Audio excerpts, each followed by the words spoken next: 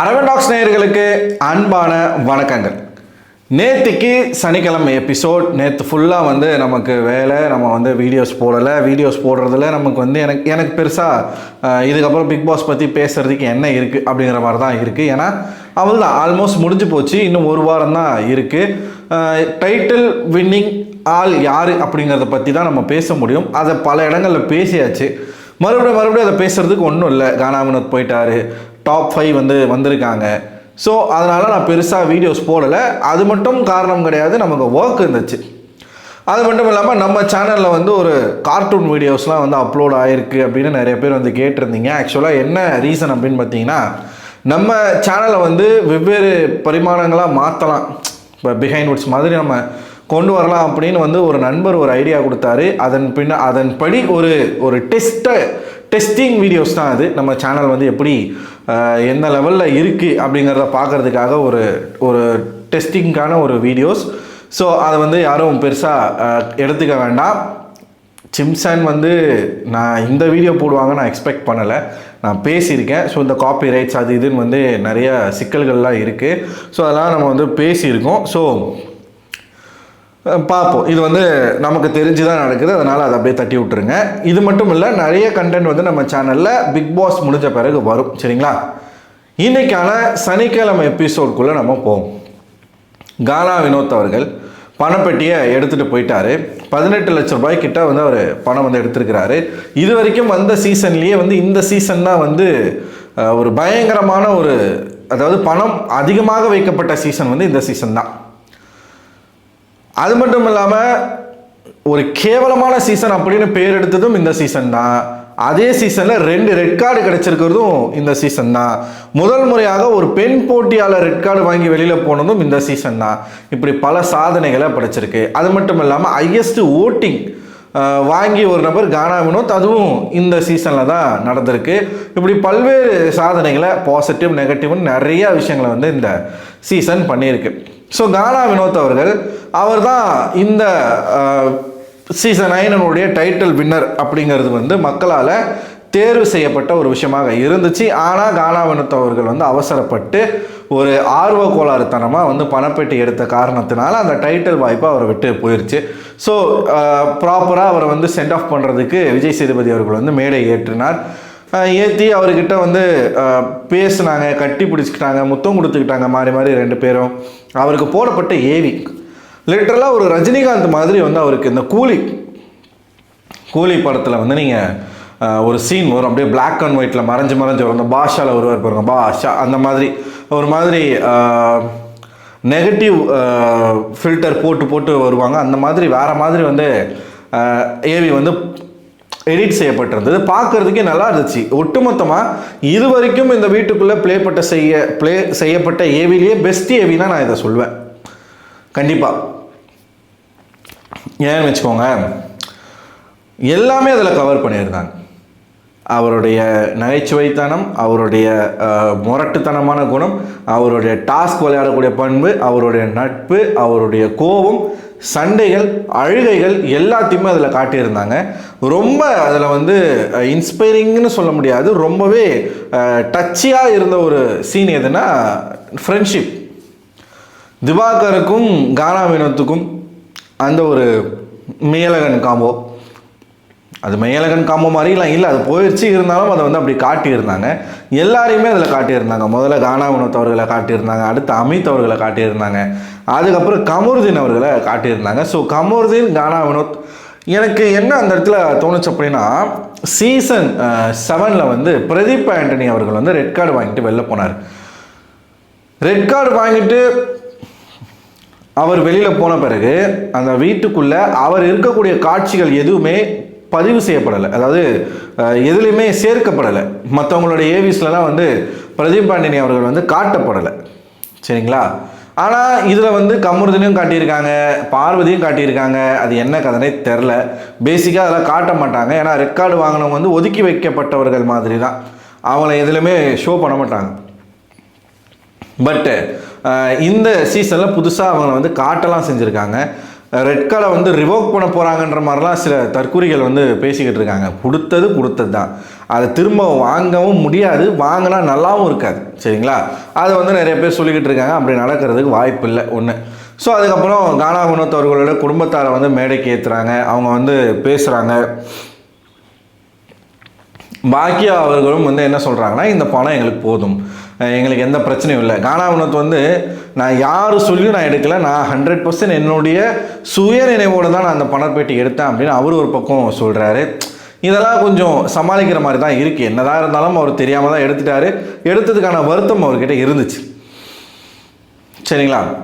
So கானா வினோத் அவர்களை ப்ராப்பராக send of செய்து வைத்து விட்டார் விஜய் சேதுபதி அவர்கள். அவர் வந்து அனுப்பிட்டாங்க. நல்ல மக்களுடைய வரவேற்பு பயங்கரமாக இருந்துச்சு கானா வினோத்துக்கு. அந்த ஏவி பிளே செய்யப்படும் போதும், அவர் ஸ்டேஜுக்கு ஏறும்போதும், அவர் கீழே இறங்கி மக்களுக்கு அங்கேயே வந்து உளுந்து கும்பிட்டு போனார் எல்லாரையும். ஸோ பயங்கரமான ஒரு ஃப்யூச்சர் வந்து அவருக்கு வெளியில் காத்துக்கிட்டு இருக்குன்றது நமக்கு நல்லாவே தெரியுது. ஒன்று. அடுத்ததாக வீட்டுக்குள்ளே போனார். இந்த வாரம் வந்து ரீஎன்ட்ரி வரும். ஸோ இந்த வாரம் வந்து பழைய கண்டஸ்டன்ஸ் எல்லாருமே இந்த வீட்டுக்குள்ளே வந்திருக்காங்க. செலிப்ரேஷன் வீக் அப்படின்னாலே வந்து அந்த வாரம் முழுக்க வந்து செலிப்ரேட் பண்ணுவாங்க. இந்த ஃபைனல் கண்டஸ்டண்ட்டை வந்து மோட்டிவேட் பண்ணுவாங்க. பெருசாக யாரும் அவங்க மனசுக்குள்ளே இருக்கக்கூடிய வன்மங்களை வந்து கொட்ட மாட்டாங்க. இது வரைக்கும் நடந்த சீசனில் பெருசாக வந்து யாருமே பண்ணது கிடையாது. ஆனால் இந்த சீசனில் குறிப்பாக ஒரு 2-3 பேர் வந்து பயங்கரமாக வந்து வச்சு செஞ்சுட்டாங்க. அதில் முக்கியமான ஒரு நம்பர் வந்து வியானா. நான் ரம்யாவையும் சேர்த்து கேட்பாங்கன்னு நினச்சேன், பட் ரம்யாவை கேட்கல. அதுக்கு பதிலாக பிரவீன் அவர்கள்,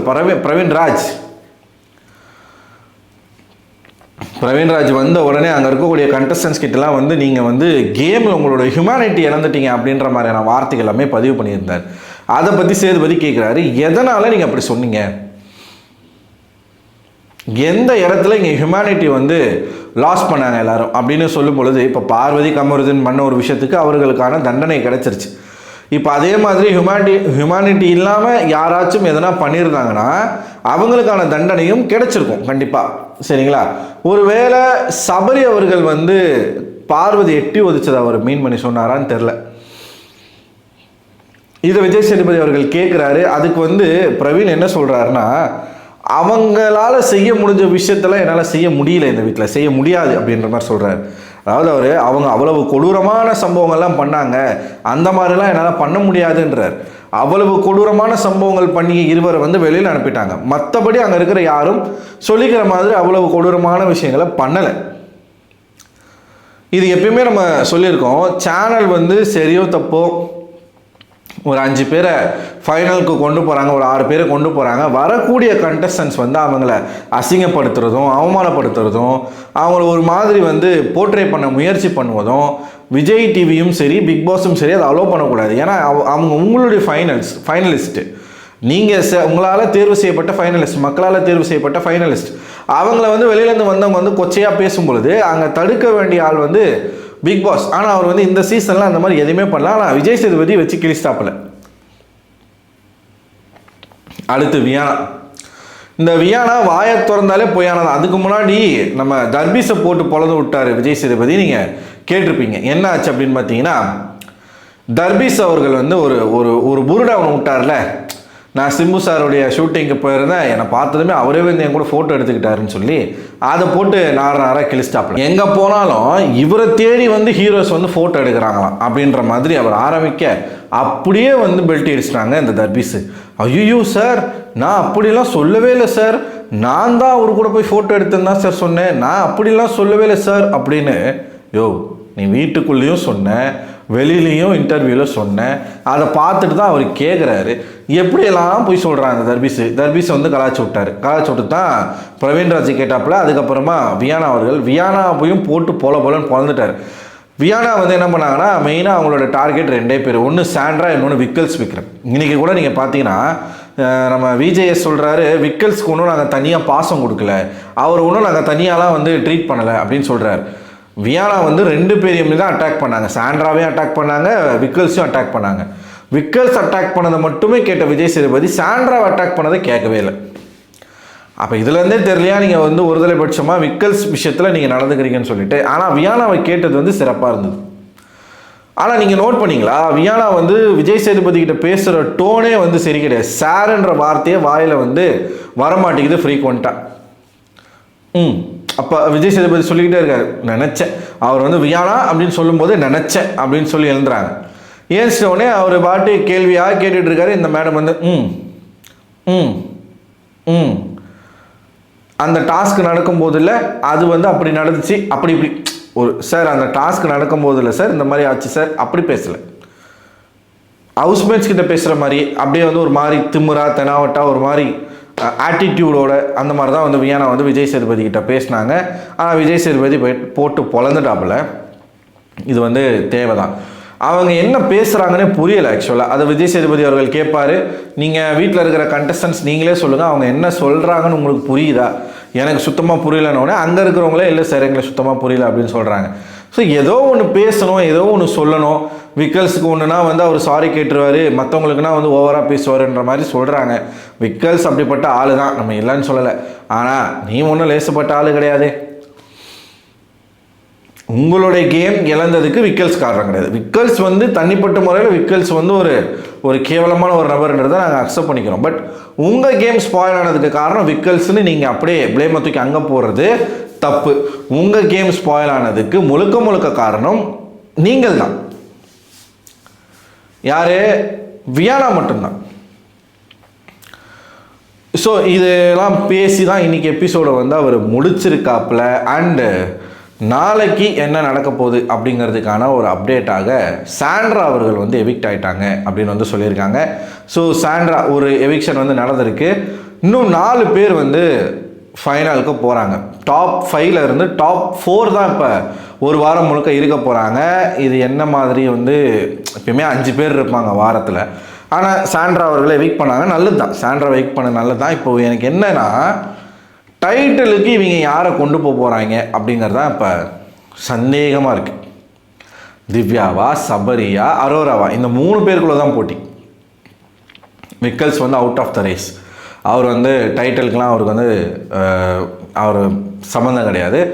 பட் மீதி இருக்கக்கூடிய 3 பேர்களில் யாருக்கு மக்களின் ஆதரவு படி இவங்க டைட்டிலை கொடுக்க போகிறாங்களா, இல்லை சேனல் முடிவெடுத்து ஒரு டைட்டிலை கொடுக்க போதா அப்படிங்கிறது நம்ம பொறுத்திருந்து தான் பார்க்கணும். நீங்கள் என்ன நினைக்கிறீங்க? யார் வருவான்னு நினைக்கிறீங்க? யார் வந்தால் நல்லா இருக்கும்னு நினைக்கிறீங்க? உங்களோட கருத்துக்களை மறக்காமல் கமெண்ட் பாக்ஸில் கமெண்ட் பண்ணுங்கள். அடுத்த ஒரு வீடியோவில் உங்களை சந்திக்கிறேன். அதுவரை உங்களிடம் விடைபெறுவது நான் அரவிந்தன்.